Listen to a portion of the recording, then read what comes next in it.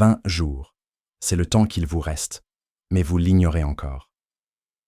Votre réveil sonne avec la même monotonie mécanique. Vous préparez ce café dont vous connaissez par cœur l'amertume, et vous vous insérez dans le flux anonyme des embouteillages matinaux. Rien, dans la lumière de ce matin, ne laisse présager que, dans exactement 20 jours, la valeur nette de votre patrimoine franchira, pour la première fois, le seuil mythique des 7 chiffres. C'est la réalité dont personne ne parle.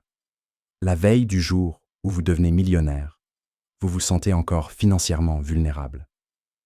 Vous ressentez toujours cette légère contraction à la vue d'une facture d'électricité.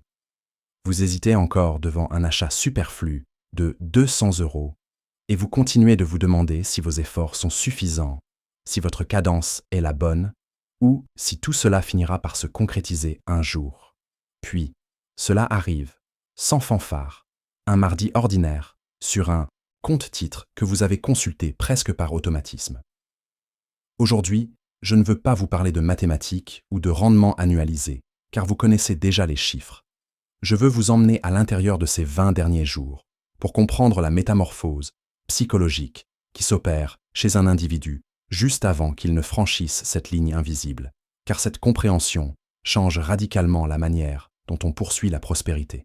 L'idée reçue la plus tenace consiste à imaginer la richesse comme un événement de rupture, une sorte de porte magique qui transformerait instantanément votre existence.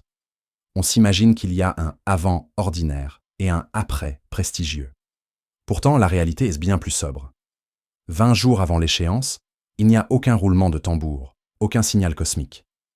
La personne sur le point de franchir ce cap fait exactement la même chose qu'elle faisait il y a 2 ou 5 ans, mais avec une précision plus fine, une constance plus absolue et une patience plus ancrée.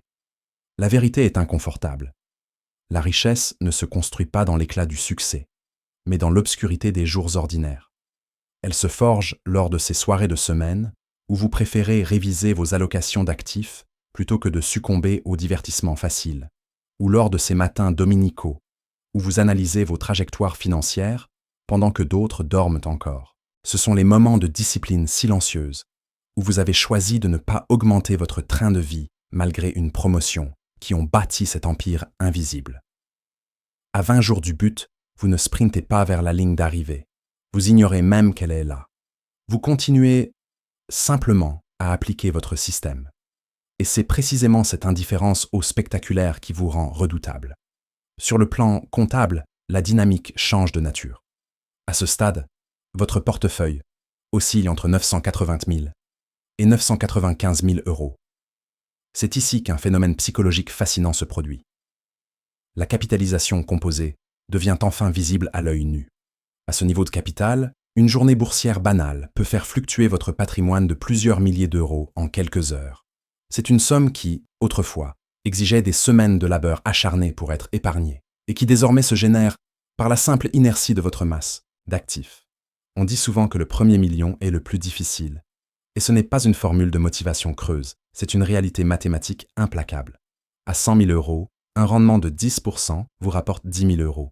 À 1 million, ce même rendement vous en rapporte 100 000.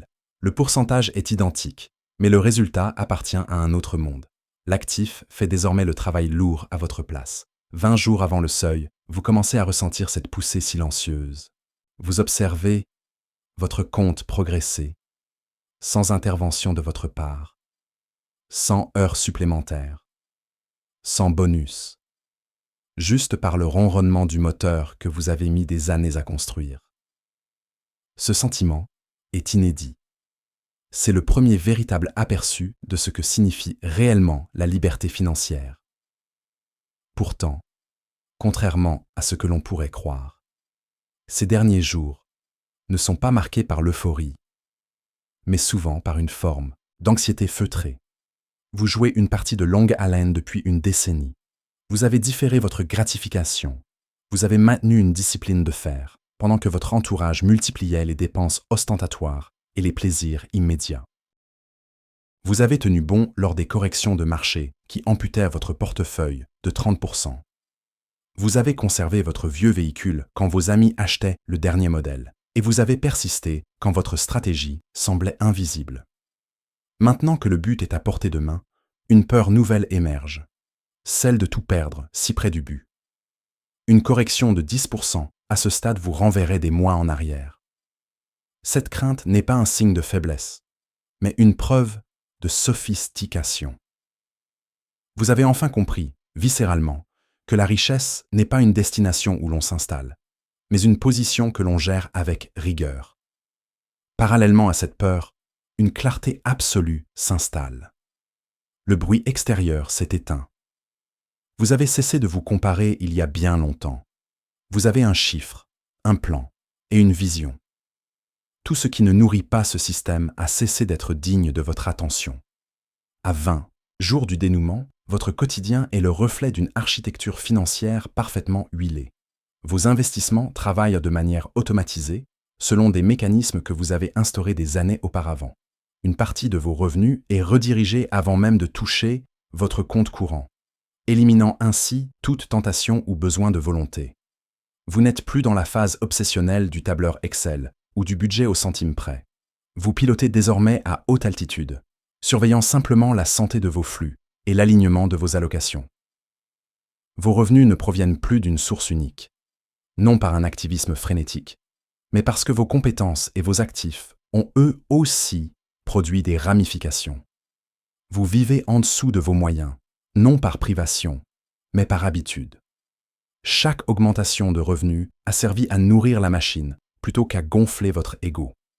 Vous avez compris que le revenu n'est pas la richesse et que l'écart entre ce que vous gagnez et ce que vous conservez est le seul indicateur qui compte réellement. Vous avez intégré que le marché sera toujours perçu comme dangereux par les masses et vous avez cessé d'attendre le moment idéal pour agir, car vous savez que le temps est votre allié le plus précieux, à condition de rester dans le jeu. Enfin, le jour arrive. Vous ouvrez votre application, peut-être entre 2 rendez-vous, et le chiffre est là, 7 chiffres. Il n'y a pas de pluie de confettis, pas d'appel de votre banquier, pas de changement dans la structure de l'univers. Pour la plupart de ceux qui franchissent ce cap, le moment est étrangement sobre. Il est suivi, quelques heures plus tard, par une sensation bien plus profonde que l'excitation. La confirmation.